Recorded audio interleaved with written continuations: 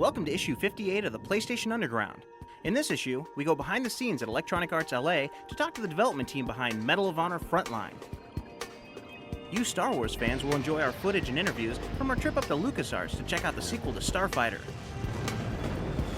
In the fall, you can try your hand at hot new game demos like Tiger Woods PGA Tour 2002, Skygunner, and Mr. Mosquito. You get all this, plus cool moves, downloads, and more.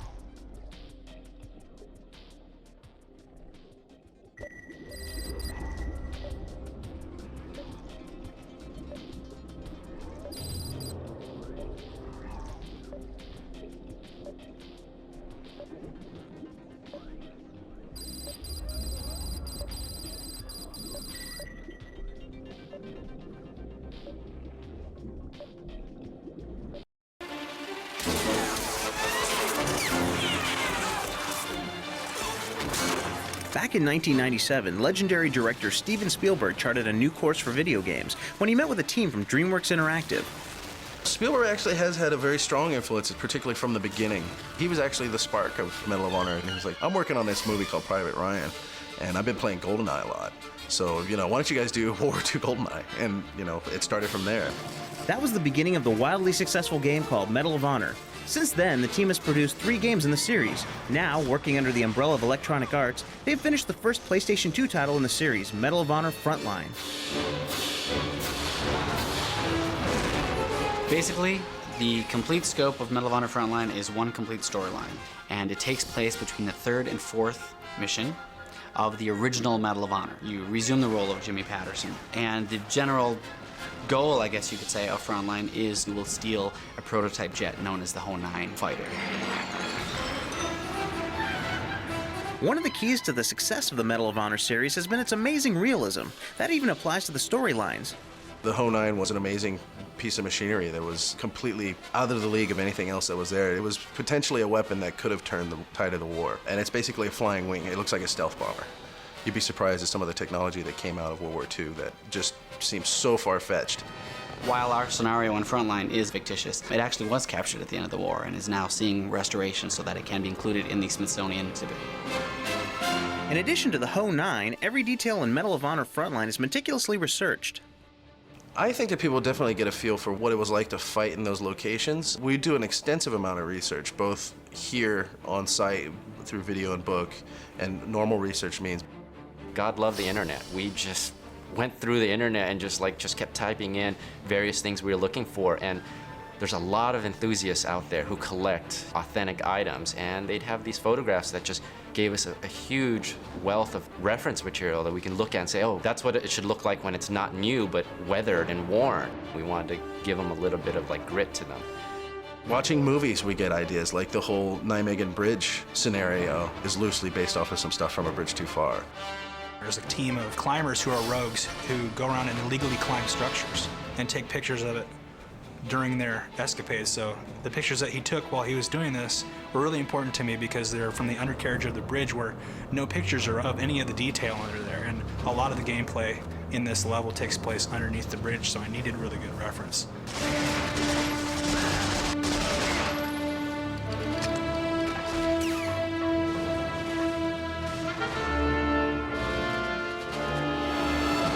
Jimmy is dropped into Holland with 2 other comrades.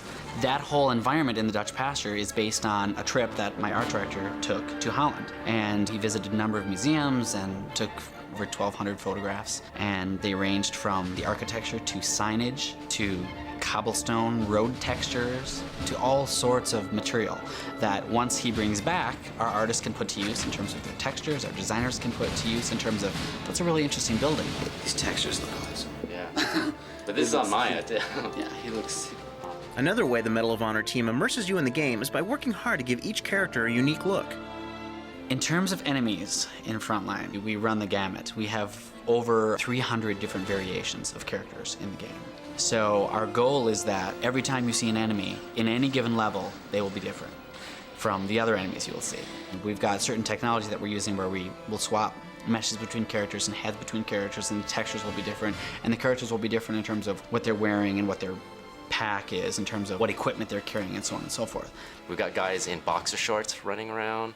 We've got guys in bathrobes and smoking jackets. And then we tried to see how many ways we can combine the various pieces and come up with even newer pieces out of that. So we went for as many different individual characters as we could per level.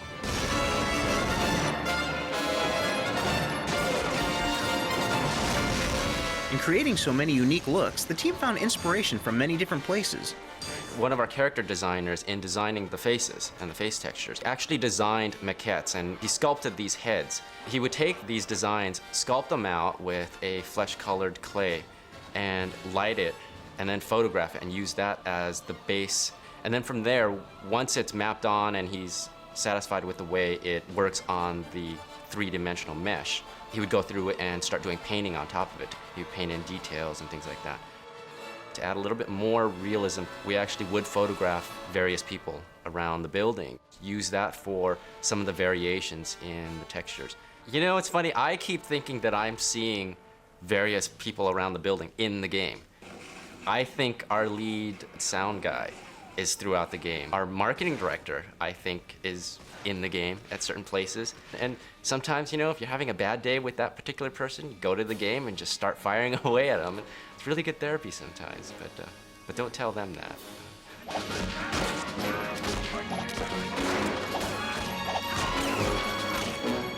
Not only are some of the enemies varied, but some of them actually change throughout the game.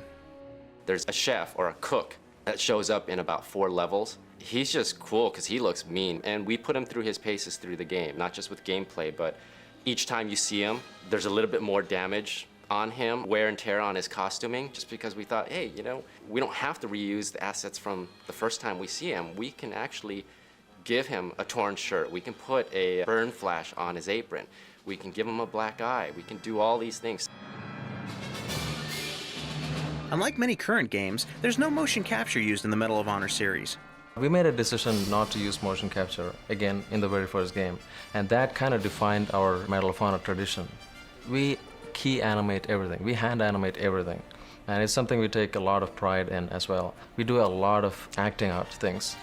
We are constantly seen running around in the hallways with video cameras and with weapons. In fact, we try to be careful if there's a door because people outside could see these guys running around with Tommy guns and all that. In fact, we try to even get a bazooka, but somehow they wouldn't let us have it. I still don't understand why. And the reason is we get into the skin of the characters. All the animators do that.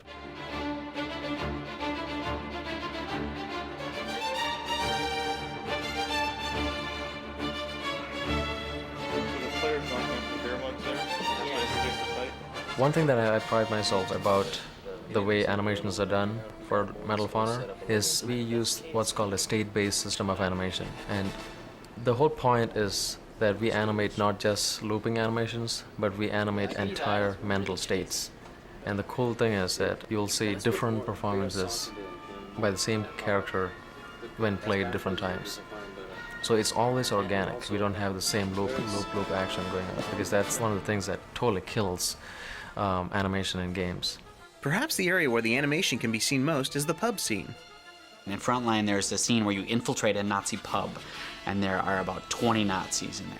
And there's about 4 or 5 guys playing cards at the table. There's a couple guys at the bar. There's a couple guards back at the door. There's another table of guys chatting to the side, and then there's a piano player. You can't get past the guards at the stairs until you do a little something to get the piano guy to play a little tune, and you get all the guys singing, and then you can head off to the back of the pub, where there's another distraction you cause back there, but you're all weaponless at this point. And so it's a little bit of a puzzle there. In your race to capture the Ho-9, you find that you have an enemy who stands above the rest. We're introducing a character named Albrecht von Sturmgeist, and he is the big baddie of the game, and he's the man in charge of the Ho-9's production. And so one of the first things Jimmy is told to do is to track this guy down, and we want him to be a compelling character who's pretty bad and eludes you pretty much till the end of the game. In gameplay, we want to make him feel more like your equal and not like he's so hard that he'll take a bazooka shot to the head. And we really want to get that idea that he's more crafty than he is just, you know, some super badass. You're definitely going to have to use both your brains and your arsenal if you're going to help Jimmy Patterson steal the Ho-9 in Medal of Honor Frontline.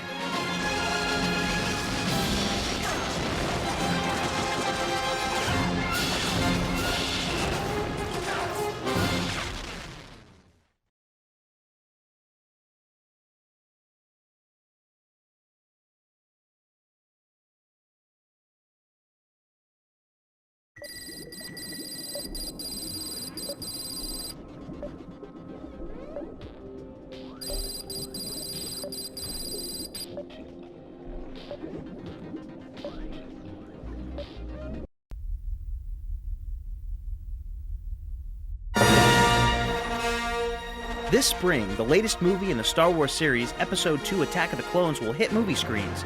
And as Star Wars fever sweeps the galaxy, the team from LucasArts has given us an intense space combat game that weaves in and out of the latest Star Wars film.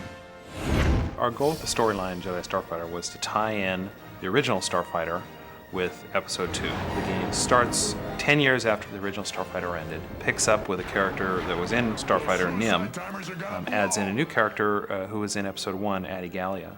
According to his personality profile, he won't welcome our intervention. She's a strong woman. She was part of the Jedi Council in Episode 1. You would have seen her in the movie. She drives a cool vehicle, and she's pretty fierce.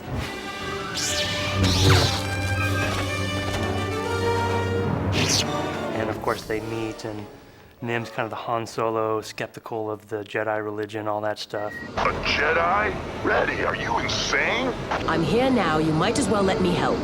Fine, but no lectures and no Jedi mind tricks. And so he and Adi don't get along very well to begin with. And of course, just like Luke and Han, they establish a friendship, and Nim realizes that she's very valuable.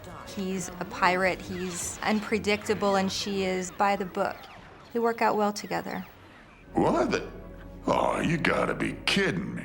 Although Nim is skeptical initially, he starts to believe in the Force when he sees how powerful it is in the hands of a Master Jedi. We have 4 Force powers total, and we dole them out through the game. So you don't have them all at once. You can learn one at a time and kind of master it until you get the next one. We have Force Lightning, and I think that's my personal favorite because if you see a bunch of ships flying in together, and you time it properly, you can take out all of them at the same time, which is pretty awesome. Another fun one is the shield. It acts like a normal shield, but if you get what's called a Force Clarity, the shield will not only reflect incoming lasers, but it will redirect those lasers to any target of your choice. The third power is Force Reflex, which slows down the entire game world, but the Jedi stays at the current turning rate and fire rate. So it's supposed to kind of simulate what it would be like if the Jedi had enhanced reflexes. And the last power is Force Shockwave, and that simply emits a large destructive force from the player in a kind of an expanding sphere, and just deals major amounts of damage. We're inside. Contact me! Because of the complexity of the Star Wars universe, the game developers at LucasArts have a very close relationship with the creative team at Lucasfilm. Because we're making a game, we need to get access to all of this stuff and shots of scenes and characters. They're really good to work with. They do have more involvement than one would expect. They review all of our game designs, anything that goes into our game, they do take a look at.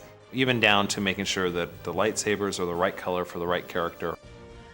At the same time, George understands really well that making games is inherently different than making movies, and he understands that we need to take these characters and the situations and vehicles and apply them in a slightly different way.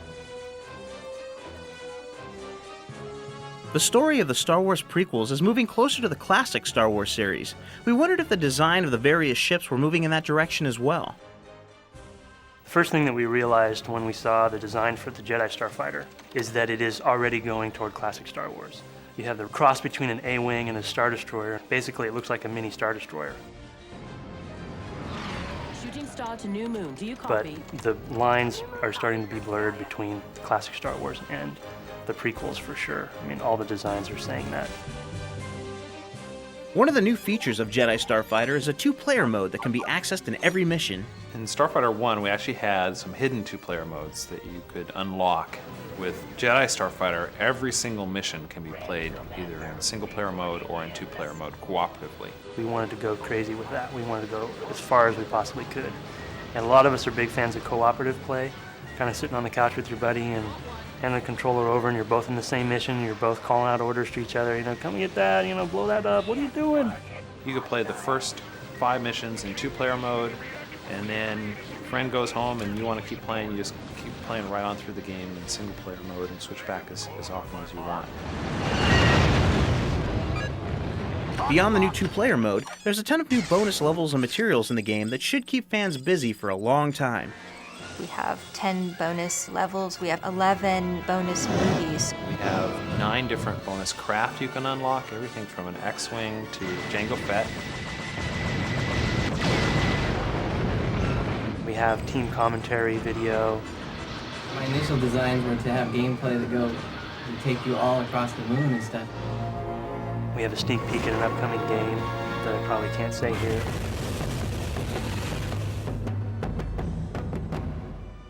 And a bunch of team photos, concept art, all kinds of good stuff. How was that? If you like, I can do it with a little more je ne sais quoi. As you play the game, if you're getting the bonus objectives and you're kicking ass, then you'll unlock all this stuff. So look for the things that would make you feel like you did it really well, like to eliminate all the fighters instead of just enough to finish the mission. Star Wars fans are some of the most hardcore fans in the world. We wondered if their intense interest has any effect on the LucasArts team. I think when you design a game with so many hardcore fans out there, you know that you're going to get caught if you don't keep things consistent, if you make errors. They're going to let you know. But it's really nice to have people out there who care so much about it. There's a huge responsibility because people love Star Wars. We love Star Wars as well. And we want to remain true to the spirit of it and just, make something really cool.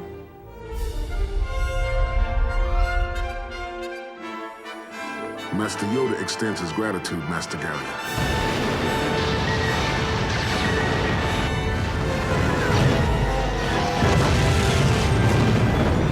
Just remember that it's my system. I call the shots. Of course. And may the Force be with you.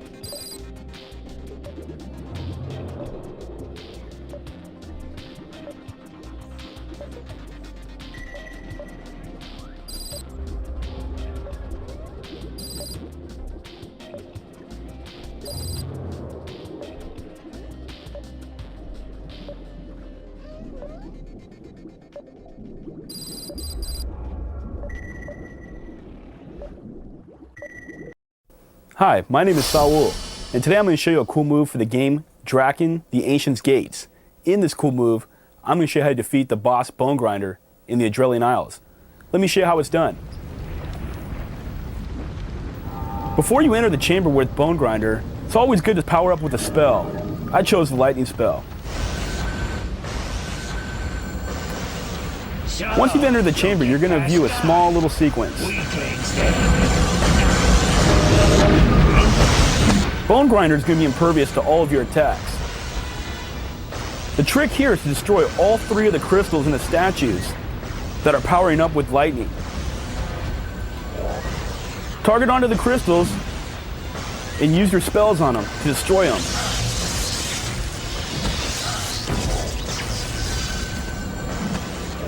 Continue on to the next one.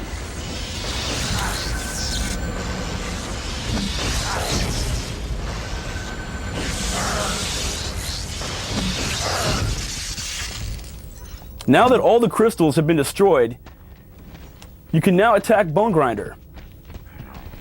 Here I'm going to pick up my sword.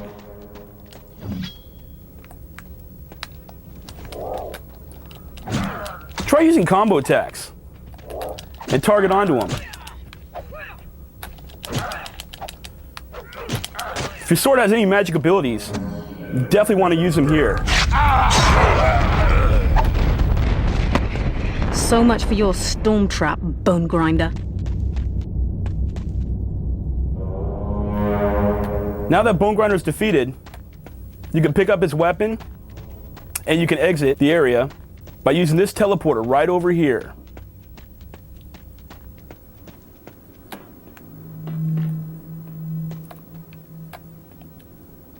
Pull the switch to activate the teleporter and exit the dungeon. And as you can see, Airrock is already here waiting for you.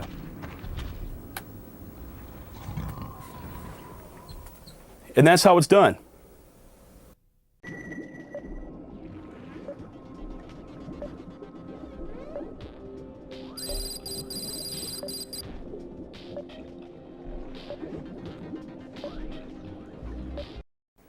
Hi, my name is Saul Villegas, and today I'm going to show you a cool move for the game Jak and Daxter. In this cool move, I'm going to show you how to get a hard-to-reach power cell in the level Volcanic Crater. Let me show you how it's done. In order to get to this hard-to-reach power cell, you're going to have to head back into the level Spider Caves.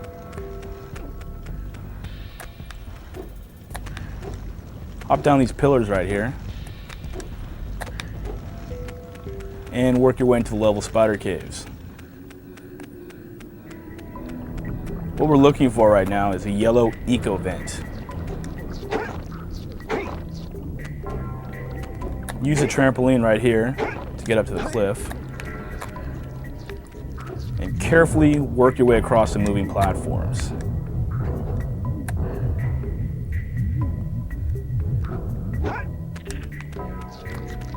Climb up this cliff right here to get to the yellow eco vent.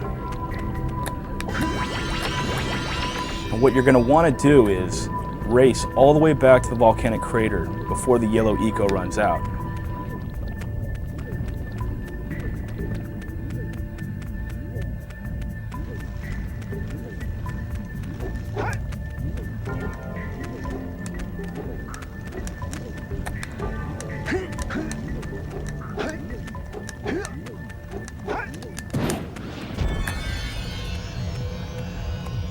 As you can see, once you fire the yellow eco at the block, the power cell will be dropped down to you.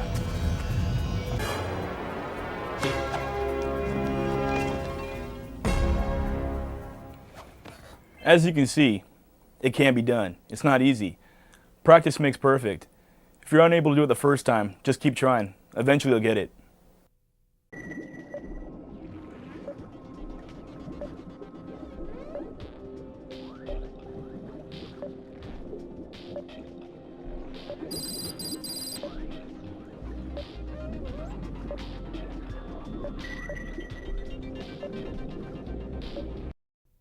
Hi, my name is Jay. I'm a quality assurance analyst here at Sony Computer Entertainment America. I'm here to do a cool move on the game Tony Hawk Pro Skater 3. During this move, I'm going to show you how to access the secret level in the level Tokyo.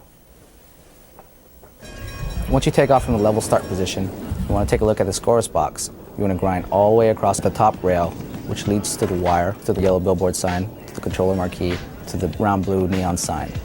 You got to start from this position right here. Grind the wire, jump in the marquee, jump, grind, and once you hit the two wires that hold the circle neon sign, it will break. So once you knock down the circle blue neon sign, you want to jump inward on the second level.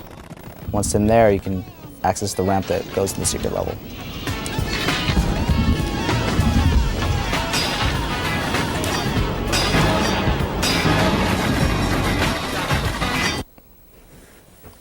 So now you know exactly where the secret area is. I hope you can get there on your own now.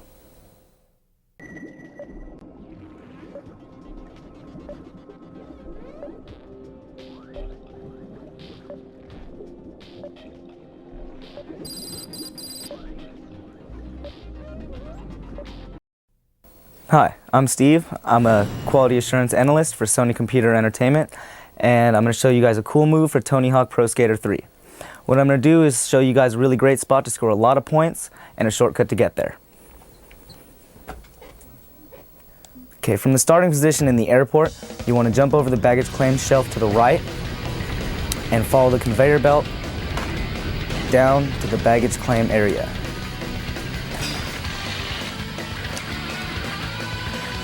Once you get to the baggage claim area you want to get onto these rails, which will take you into a U. You just follow around it over and over, doing special tricks, special rail slides, special manuals, until your multipliers are up to about 80. And if I happen to accidentally fall off a rail, I just trick into a manual until I get back to the rail and hop back on, and just continue this until I either A, think I'm going to crash, or score enough points and just want to land. And there it is. That's how you score over 2 million points in Tony Hawk Pro Skater 3 in one run.